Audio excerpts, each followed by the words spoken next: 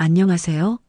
사랑방 야담에 오신 여러분 반갑습니다. 항상 건강하세요. 영상 전 구독, 좋아요 눌러주시고 오늘 야담 시작하겠습니다. 종가 집안에 쌍둥이 자매가 태어났습니다. 산파가 아이를 받아들고 고개를 저었지요. 아들이 아닙니다. 집안 사람들의 얼굴이 굳어졌습니다. 더 나쁜 소식이 뒤따랐지요. 하나가 더 있습니다. 쌍둥이였던 겁니다. 대를 이을 아들이 아닌데다 둘이나 되었습니다. 산실 밖에서 할아버지가 기다리고 있었지요. 어찌된 일이냐? 산파가 머리를 조아렸습니다. 딸입니다. 그것도 둘이 옵니다. 할아버지의 지팡이가 마루를 쳤지요. 이게 무슨 재앙이냐? 아버지는 방문을 닫아버렸습니다. 아들을 기다렸던 1년이 물거품이 된 겁니다. 할아버지는 한숨만 내쉬었지요. 집안 어른들이 모여 수군거렸습니다. 쌍둥이라니 불길한 징조다.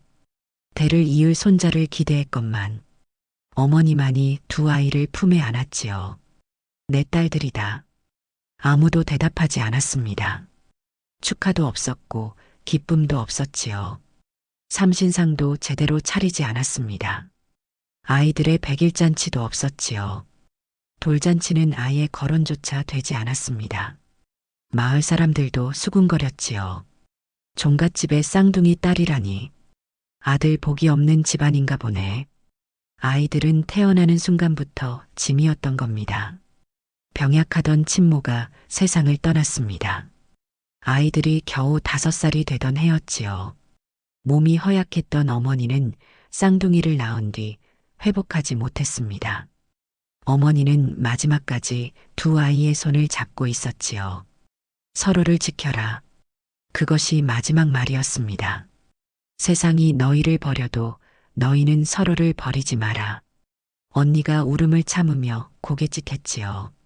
동생은 어머니의 손을 놓지 않으려 했습니다. 장례가 끝나기도 전에 집안에 소문이 돌았지요. 새 안주인을 들인다는 말이었습니다. 종손이 혼자서는 안 되지. 집안을 이끌 안주인이 필요해. 상복도 벗기 전에 혼례 준비가 시작되었습니다. 중매쟁이가 드나들었지요. 집안 어른들이 모여 신부감을 물색했습니다. 젊고 건강한 여자면 좋겠소. 아들을 낳을 수 있어야지. 아이들은 말없이 지켜봤지요. 어머니의 방에서 어머니의 물건들이 치워졌습니다. 빚, 옷, 놀이개가 모두 사라졌지요. 어머니의 흔적이 하나씩 지워져 갔습니다. 석 달 만에 새 안주인이 대문을 들어섰습니다. 25 건강하고 야무진 여자였지요. 집안은 혼례 준비로 분주했습니다. 아이들은 뒷방에 조용히 앉아 있었지요. 혼례 당일 아버지는 그제야 아이들을 불렀습니다. 새 어머니께 인사드려라. 자매는 머리를 조아렸습니다. 계모는 웃었지만 눈은 차가웠지요. 귀한 종갓집 딸들이구나. 말은 그렇게 했지만 눈빛은 달랐습니다. 불필요한 짐을 보는 눈이었지요. 아이들의 세상은 그날 함께 끝났습니다. 사람들 앞에서 계모는 인자했습니다. 귀한 종갓집 딸들이지요. 친절하게 머리를 쓰다듬었습니다. 하인들도 마을 사람들도 칭찬했지요. 착하신 새 마님이시다. 아이들을 친자식처럼 대하시네. 아버지는 흡족해했습니다.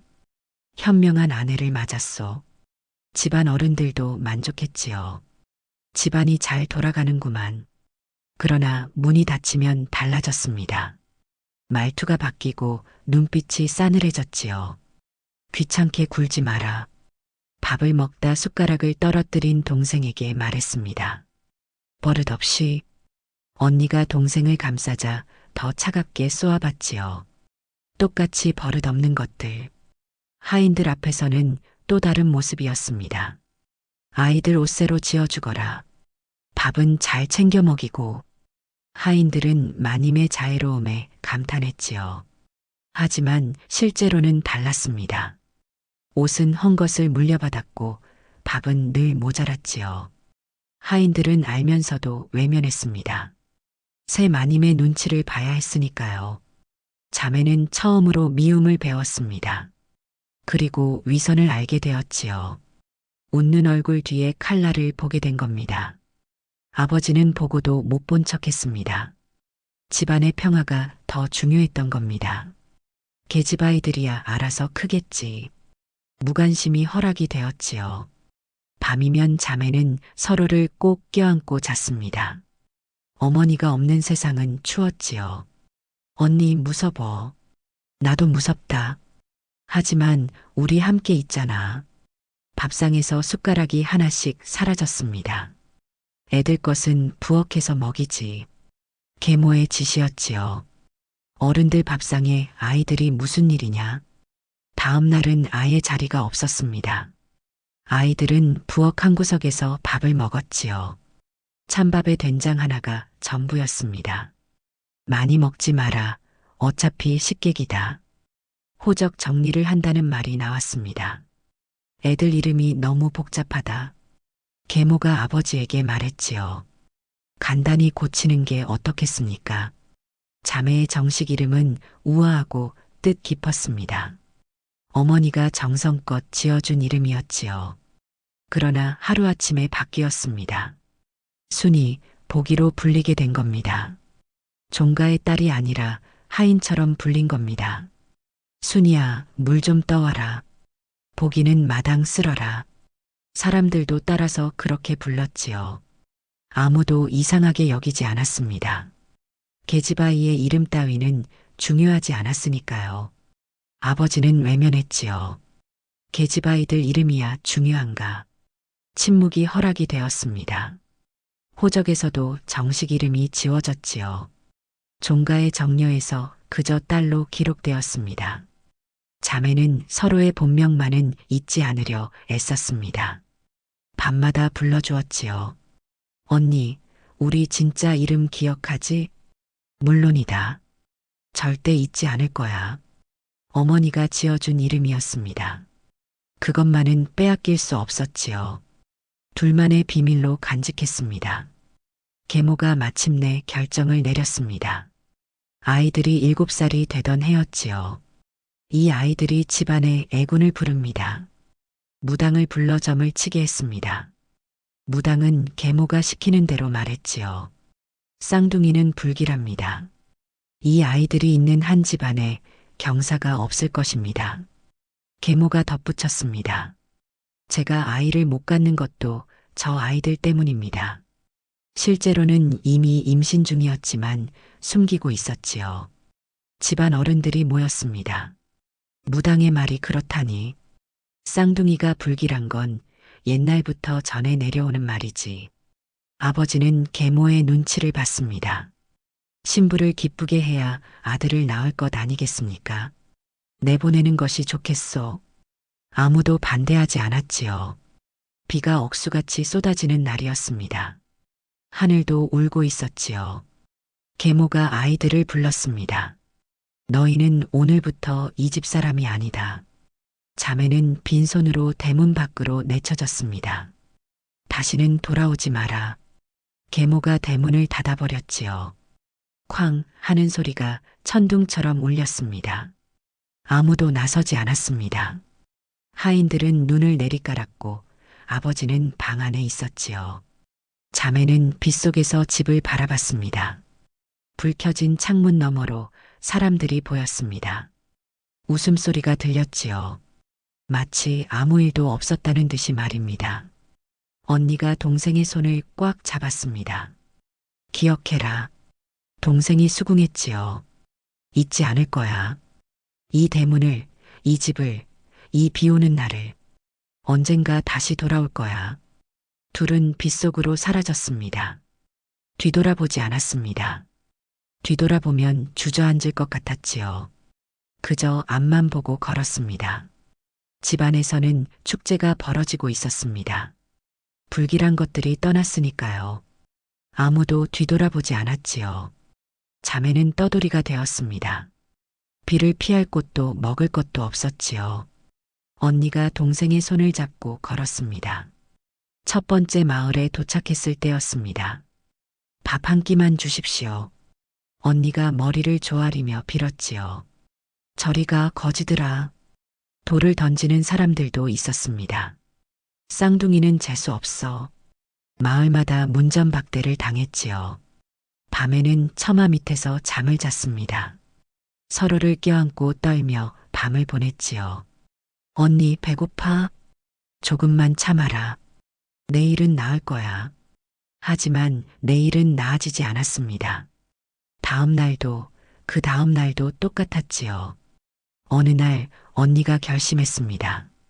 마을 부잣집 담장을 넘었지요. 부엌 뒤편에 놓인 밥을 훔쳤습니다. 도둑이다. 하인이 소리쳤습니다. 언니는 동생의 손을 잡고 달렸지요. 잡아라. 사람들이 뒤쫓아왔습니다. 산길로 도망쳤지요. 숨이 턱까지 차올랐습니다. 겨우 따돌렸지요. 언니가 품에서 밥을 꺼냈습니다. 먹어. 동생이 울었습니다. 언니, 우리 도둑이 됐어. 언니가 동생을 안았습니다. 살기 위해서야. 하지만 살아야 복수한다. 기억해. 겨울이 되자 동생이 열을 알았습니다. 추위와 굶주림을 이기지 못한 겁니다. 언니는 동생을 업고 다녔지요. 제발 약을 주십시오. 돈도 없는 것들이. 약을 구하려 빌었지만 소용없었습니다. 언니는 마을 약방 앞에서 무릎을 꿇었습니다. 하루 종일 빌었지요. 약방 주인이 못 이겨 약을 던져줬습니다. 다시는 오지 마라. 동생에게 약을 먹였습니다. 사흘 만에 열이 내렸지요. 언니 고마워. 우리는 끝까지 함께야. 어느 절에서 하룻밤을 재워줬지요. 스님이 죽을 끓여주었습니다. 세상은 원래 가혹하다. 그러나 끝까지 버텨야 한다. 스님, 우리 같은 아이들도 살 수 있나요? 언니가 물었습니다. 스님이 대답했지요. 살아남은 자만이 세상을 바꾼다. 그날부터 둘 다 울지 않았습니다. 눈물은 사치였지요.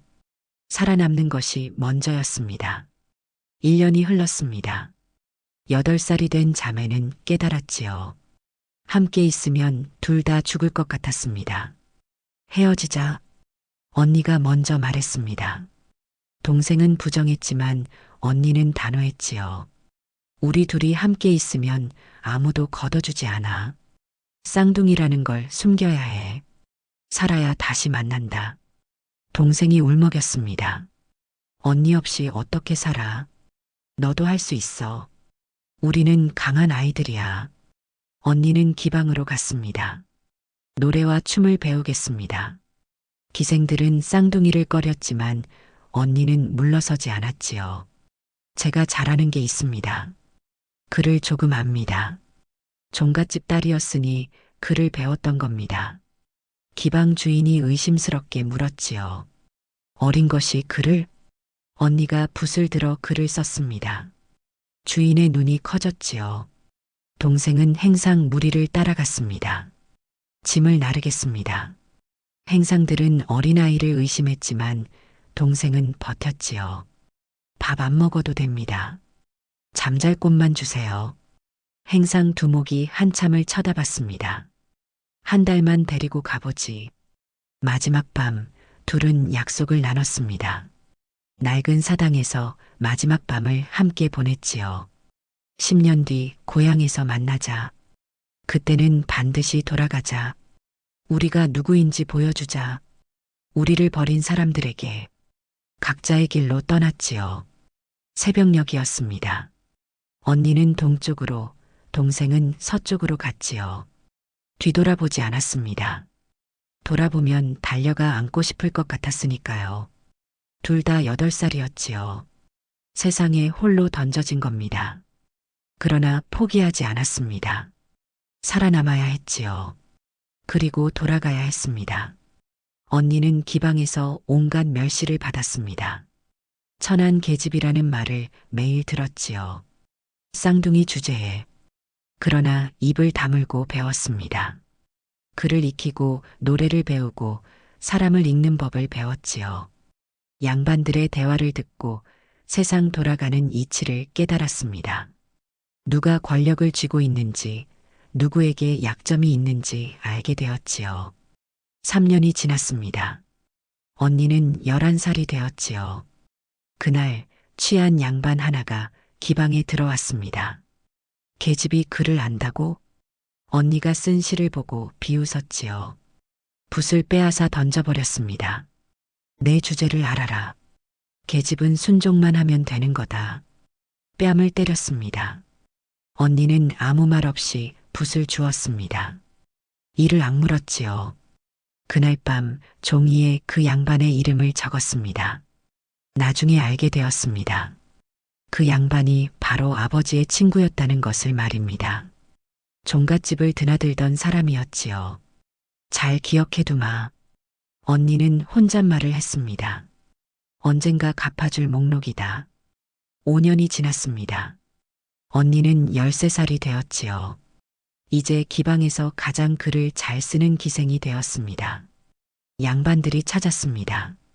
시를 지어달라고, 편지를 써달라고 말입니다. 돈을 모았지요.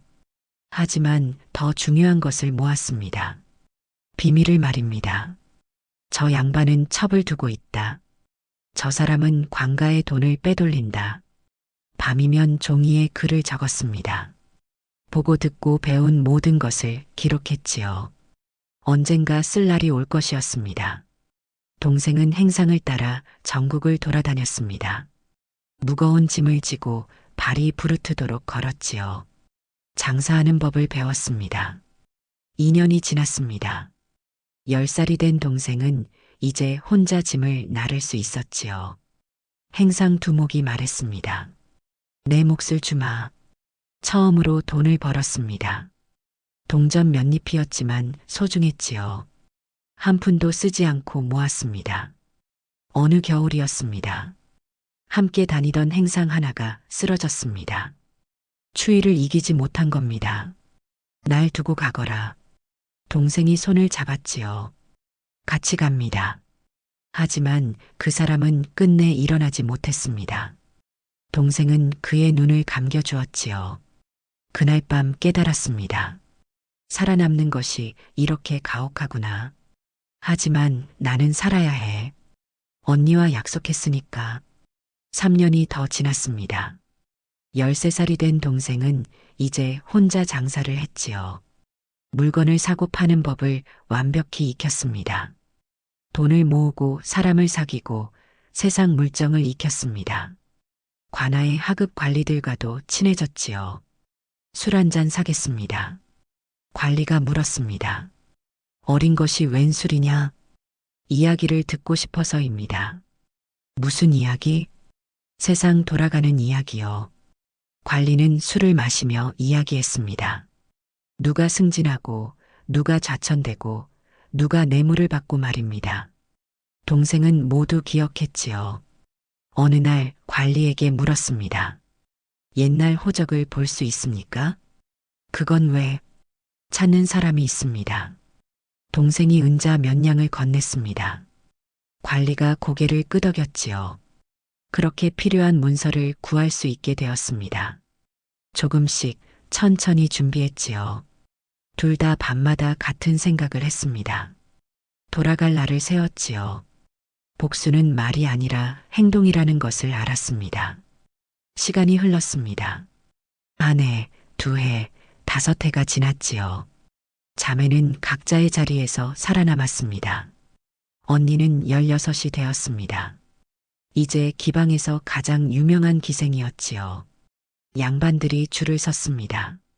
하지만 언니는 아무도 받아들이지 않았습니다.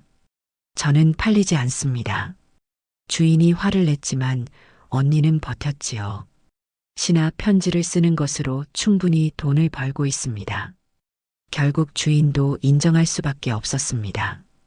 동생도 16이 되었습니다. 이제 제법 큰 행상이 되었지요. 여러 마을에 거래처가 있었습니다. 필요한 것들을 모았지요. 증거를, 증인을, 힘을 모았습니다. 언니는 종갓집 주변 양반들의 비밀을 모았습니다. 동생은 호적 원본과 옛 문서들을 모았지요. 둘은 편지를 주고받았습니다. 행상들을 통해 전해졌지요. 서로의 준비 상황을 확인했습니다. 마침내 18이 되었습니다. 10년이 된 겁니다. 약속한 시간이 다가왔지요. 이제 돌아갈 때다. 언니가 마지막 편지를 보냈습니다. 준비는 끝났다. 동생도 대답했습니다. 나도 준비됐어. 고향에서 만나자. 준비가 끝나가고 있었습니다. 그 사이 종갓집은 더욱 번창했습니다. 계모가 아들을 낳았지요. 집안은 경사로 들썩였습니다.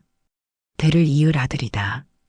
계모는 존경받는 안주인이 되었습니다. 집안을 잘 꾸리고 살림을 불렸지요. 아버지는 벼슬길에 올랐습니다. 대감 대접을 받았지요. 아들은 무럭무럭 자랐습니다. 10살이 되자 글 공부를 시작했지요. 우리 아들은 과거에 급제할 것이다. 아버지가 자랑했습니다. 집안은 잔치가 끊이지 않았습니다. 아들의 돌잔치, 아들의 입학, 아들의 생일이었지요. 모두가 축하했습니다. 과거의 일은 아무도 기억하지 않았습니다. 쌍둥이 딸이 있었다는 사실조차 잊혔지요. 어느 날 손님 하나가 물었습니다. 대감께서는 원래 자녀가 있지 않으셨습니까? 아버지가 잠시 말을 멈췄지요. 옛날 일입니다. 쌍둥이 딸이 있었다고 들었는데 모두 죽었소? 거짓말이었습니다. 하지만 아무도 의심하지 않았지요. 그렇게 묻혀버렸습니다. 집안은 번영했습니다. 부귀영화를 누렸지요. 마을에서 가장 큰 기와집이었습니다. 사람들은 종갓집 앞을 지나며 머리를 조아렸지요. 대감댁이 날로 번창하시네. 복받으신 집안이야. 계모는 만족했습니다. 내가 이 집안을 일으켰다. 아무도 부정하지 않았지요. 아버지도 만족했습니다. 아들을 얻었으니 이제 걱정이 없다. 모든 것이 완벽해 보였습니다. 그러나 먹구름이 들이우고 있었습니다. 10년의 시간이 흘렀지요. 쫓겨난 아이들은 잊혔지만 사라진 것은 아니었습니다. 그들은 살아 있었습니다. 그리고 준비하고 있었지요. 돌아올 날을 말입니다. 한 여인이 종갓집 문 앞에 섰습니다. 10년 만이었지요. 초라한 행색이었지만 눈빛은 달랐습니다. 더 이상 겁먹은 아이가 아니었지요. 하인이 나와 물었습니다. 무슨 일이요? 여인이 대답했습니다. 실례하겠습니다. 정중한 말투였지요. 하인이 의아해하며 안으로 안내했습니다. 마님께 여쭤보겠습니다. 계모가 사랑채에서 나왔지요. 여인은 천천히 계모에게 다가갔습니다. 계모는 여인을 위아래로 훑어봤지요. 기생 같은 차림새였지만 기품이 있었습니다. 누구시오? 지나가는 사람입니다. 여인은 미소를 지었지요. 계모는 알아보지 못했습니다. 10년 전 쫓아낸 아이의 얼굴을 어찌 기억하겠습니까? 무슨 일로 왔소? 여인은 천천히 말했지요. 옛날 이야기를 들으러 왔습니다. 이 집에 쌍둥이가 있었다고 들었습니다. 계모의 얼굴이 굳었지요. 무슨 헛소리를. 아닙니다. 호적에 기록이 남아 있습니다. 여인이 품에서 낡은 종이를 꺼냈습니다. 관아에서 몰래 베낀 호적 사본이었지요. 지워지기 전 원본의 필사본이었습니다. 계모의 손이 미세하게 떨렸지요. 그게 어디서 난 것이오? 궁금하십니까? 여인이 한 걸음 다가섰습니다. 그 아이들이 어떻게 되었는지도 궁금하지 않으십니까? 계모가 뒤로 물러섰지요. 당장 나가시오. 여인은 웃었습니다. 곧 다시 오겠습니다. 다음에는 혼자가 아닐 겁니다. 돌아서서 나갔지요. 계모는 그 자리에 얼어붙었습니다. 오래된 죄가 돌아오고 있었지요. 여인이 떠난 뒤 작은 소문이 퍼졌습니다. 종갓집에 쌍둥이가 있었다던데 누군가 옛 기록을 들춰냈지요. 호적에서 지워진 이름이 다시 떠올랐습니다. 마을 사람들이 수군거리기 시작했습니다. 그 아이들은 어디로 갔을까? 비 오던 날 내쫓겼다던데. 계모의 손이 떨렸지요. 아버지에게 말했습니다. 이상한 소문이 돌고 있습니다. 아버지는 대수롭지 않게 여겼지요. 옛날 일을 누가 기억하겠소. 그러나 소문은 계속 퍼져나갔습니다. 누군가 일부러 퍼뜨리는 것 같았지요. 장터에서, 우물가에서 사람들이 속삭였습니다. 계모는 밤잠을 이루지 못했습니다. 태풍 전의 고요함이었지요. 무언가 다가오고 있었습니다. 며칠 뒤 또 다른 여인이 나타났습니다. 장터에서였지요. 말투가 눈매가 걸음걸이가 닮았습니다. 사람들이 웅성거렸지요. 저 둘이 쌍둥이가 아닌가. 소문이 삽시간에 퍼졌습니다. 두 여인이 종갓집 앞에서 만났습니다. 서로를 보고 수긍했지요. 언니, 왔구나. 10년 만의 재회였습니다. 말은 필요 없었지요. 눈빛만으로 모든 것을 나눴습니다. 집안에서 계모가 지켜보고 있었습니다. 얼굴이 하얗게 질렸지요. 저것들이 떨리는 손으로 문을 닫았습니다. 자매는 천천히 대문을 향해 걸어왔습니다. 10년 전 쫓겨난 그 대문이었지요. 이번에는 당당하게 돌아온 겁니다. 자매는 증거를 하나씩 꺼냈습니다. 집안 어른들과 마을 사람들이 모두 모인 자리였지요. 어머니의 유언장이 먼저 나왔습니다. 낡고 누렇게 변한 종이었지요. 딸들에게 재산을 남긴다. 어머니의 친필이 선명했습니다. 계모가 소리쳤습니다. 그건 가짜다. 언니가 차분히 대답했지요. 어머니의 도장이 찍혀 있습니다. 그리고 증인도 있습니다. 늙은 하인이 앞으로 나왔습니다. 제가 그날 밤 지켜봤습니다. 마님께서 직접 쓰시는 것을. 계모의 얼굴이 하얗게 질렸지요. 이 문서를 감춘 것이 첫 번째 죄입니다. 동생이 말했습니다. 두 번째 증거가 나왔습니다. 호적 원본의 필사본이었지요. 지워지기 전에 이름이 여기 있습니다. 관아의 하급 관리가 증언했습니다. 제가 직접 베꼈습니다. 새 마님께서 호적을 고치라고 하셨지요. 돈을 받고 말입니다. 세 번째는 마을 사람들의 증언이었습니다. 한 명씩 앞으로 나왔지요.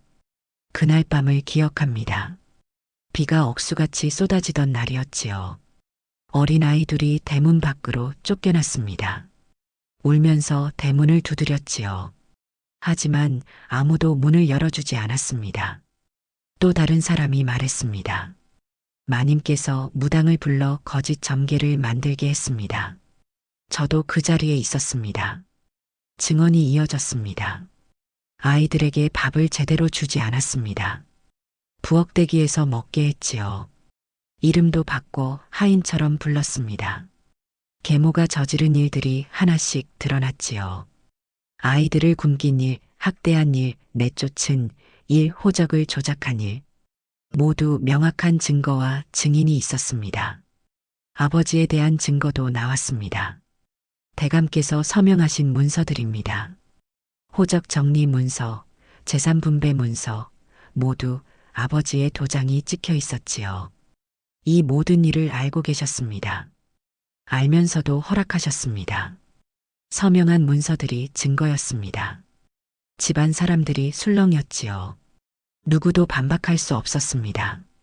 증거는 완벽했고 증인은 많았지요. 계모가 다시 소리쳤습니다. 모두 거짓말이다. 하지만 아무도 듣지 않았습니다. 자매가 마지막 증거를 꺼냈습니다. 10년 동안 모은 기록이었지요. 날짜별로 정리된 일지였습니다. 우리가 겪은 일들을 모두 기록했습니다. 하루도 빠짐없이 말입니다. 두툼한 책이었지요. 이것이 우리의 증언입니다. 10년 동안의 증언입니다. 종갓집은 발칵 뒤집혔지요. 변명할 여지가 없었습니다. 진실이 햇빛 아래 드러났지요. 집안의 죄가 세상에 드러난 겁니다. 모든 것이 드러난 자리였습니다. 집안 어른들이 모였지요.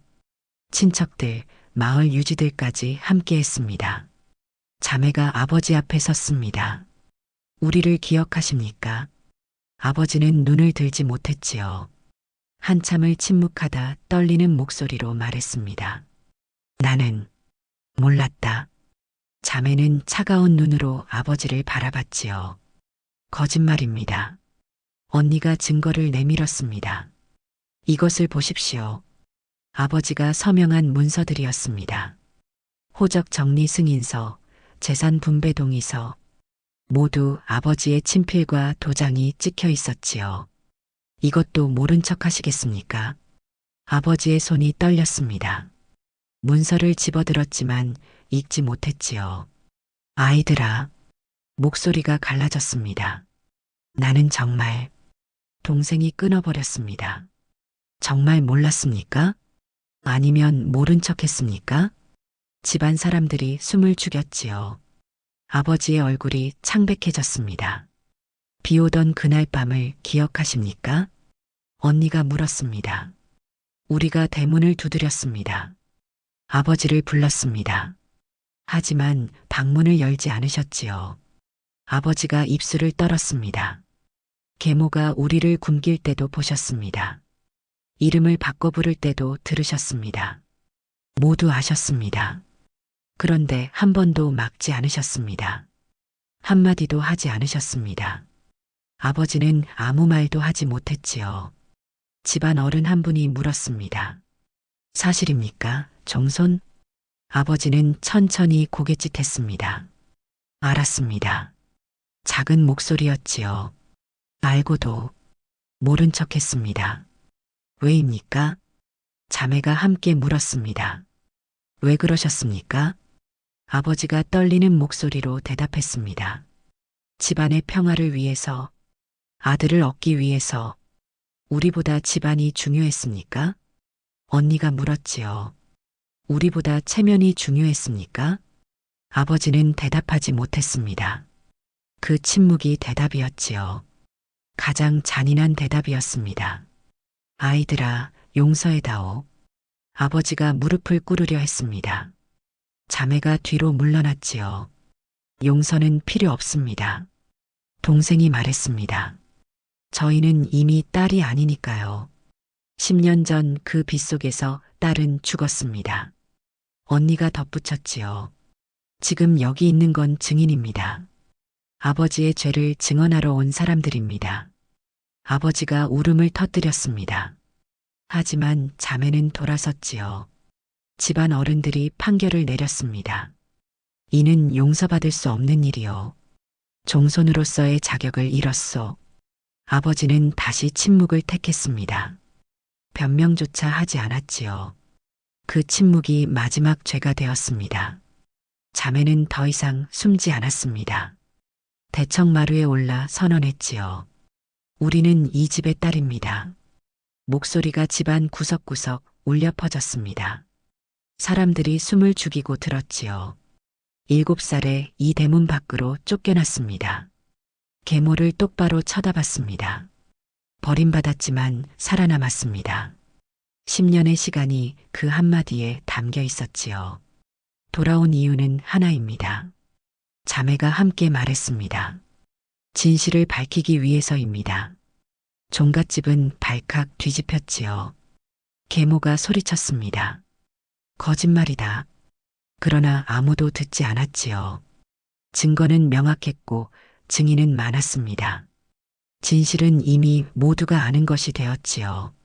집안의 죄가 세상에 드러난 겁니다. 사람들이 하나둘 등을 돌렸습니다. 존경은 비난으로 바뀌었지요. 어찌 그런 일을, 불쌍한 아이들을, 침묵했던 이들이 입을 열기 시작했습니다. 그때도 이상했지. 비가 오던 날 아이들이 쫓겨나는 걸 봤어. 종갓집의 권위가 무너졌지요. 아무도 막을 수 없었습니다. 마을 사람들이 몰려와 대문 앞에 섰지요. 대감께서는 이것을 아셨소? 아버지는 대답하지 못했습니다. 명예가 땅에 떨어졌지요. 벼슬도 존경도 모두 사라졌습니다. 계모는 끝까지 변명했습니다. 집안을 위한 일이었다. 그러나 아무도 듣지 않았지요. 나는 집안에 아들을 안겨주었다. 계모가 소리쳤습니다. 나 때문에 이 집안이 번창한 것이다. 집안 어른이 차갑게 말했습니다. 그것이 죄 없는 아이들을 버릴 이유가 되는가? 계모는 입을 다물었지요. 아이들이 애군을 불렀다. 다시 변명을 늘어놓았습니다. 무당이 그렇게 말했다. 마을 사람이 앞으로 나왔습니다. 그 무당은 마님께 돈을 받았습니다. 제가 직접 받습니다. 거짓 점괘를 만들라고 하셨지요. 계모의 얼굴이 일그러졌습니다. 더 이상 변명할 수 없었지요. 모든 죄가 그녀에게 돌아왔습니다. 집안 어른들이 결정을 내렸지요. 내보내시오. 계모가 쫓겨나는 날이었습니다. 비가 내렸지요. 꼭 10년 전 그날처럼 말입니다. 하늘도 심판하는 것 같았습니다. 계모는 짐을 꾸렸지요. 아들이 달려와 매달렸습니다. 어머니, 계모가 아들을 밀쳤습니다. 나한테 손대지 마라. 이 모든 게 내 때문이다. 널 낳느라 내가 말을 잇지 못했지요. 아들도 등을 돌렸습니다. 저는 그런 어머니를 몰라요. 계모는 홀로 대문을 나섰습니다. 자매는 대문 앞에서 지켜봤지요. 10년 전 자신들이 섰던 그 자리였습니다. 계모가 빗속으로 사라졌습니다. 뒤돌아보지 않았지요. 자매도 아무 말하지 않았습니다. 복수는 조용히 이루어졌습니다. 말이 필요 없었지요. 계모는 자신이 저지른 일을 똑같이 당한 겁니다. 빗속에서 쫓겨나는 것을 말입니다. 자식보다 체면을 택한 대가였습니다. 아버지는 모든 것을 잃었지요. 벼슬에서 쫓겨났습니다. 집안 재산도 압류되었지요. 아들마저 아버지를 외면했습니다. 저는 그런 집안의 자식이 아닙니다. 하인들이 하나둘 떠났습니다. 친척들도 발길을 끊었지요. 홀로 남은 대청마루에 앉았습니다. 큰 집은 텅 비어갔지요. 자매가 마지막으로 아버지를 찾아왔습니다. 이제 가겠습니다. 아버지가 떨리는 목소리로 말했지요. 딸들아, 용서해다오. 자매는 부정했습니다. 용서는 필요 없습니다. 저희는 이미 딸이 아니니까요. 돌아서서 나갔지요. 아버지의 부름은 대답 없이 사라졌습니다. 빈집에 울음소리만 남았지요. 죄의 대가는 고독이었습니다. 화려하던 종갓집은 텅 비었습니다. 사람이 떠난 자리에 침묵만 남았지요. 장독대는 그대로 있었지만 연기는 나지 않았습니다. 마당의 풀은 무성했지요. 대문은 닫혀 있었습니다. 아무도 찾지 않았지요. 지나가는 사람들이 수군거렸습니다. 저 집이 그 집이지. 자식을 버린 집. 종갓집은 저주받은 집이 되었지요. 권위는 완전히 사라졌습니다. 무너진 것은 건물이 아니었지요. 집안의 명예도 아버지의 위신도 모두 무너졌습니다. 사람의 죄가 집을 무너뜨린 겁니다. 자매는 마지막으로 대문을 바라봤습니다. 10년 전 쫓겨나던 그 대문이었지요. 빗속에서 떨던 그날이 떠올랐습니다. 서로의 손을 잡았지요. 언니, 우리 해냈어. 그래, 해냈다. 길고 긴 싸움이 끝났습니다. 이제 끝이다. 그래, 끝이야.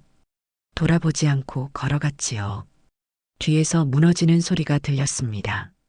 집이 아니라 거짓이 무너지는 소리였지요. 그러나 멈추지 않았습니다. 길은 앞으로만 나 있었지요. 복수는 끝났고 삶은 계속되었습니다. 무너진 것은 집이 아니었지요. 거짓과 침묵과 비겁함이었습니다. 사람의 죄였지요. 자매는 새로운 길을 향해 걸었습니다. 태양이 떠오르고 있었지요. 살아남은 자들의 길이었습니다. 언니, 우린 이제 어디로 가? 각자의 길로 가야지. 하지만 동생이 손을 꼭 잡았습니다. 하지만 약속하자. 언니가 미소 지었지요. 매년 이날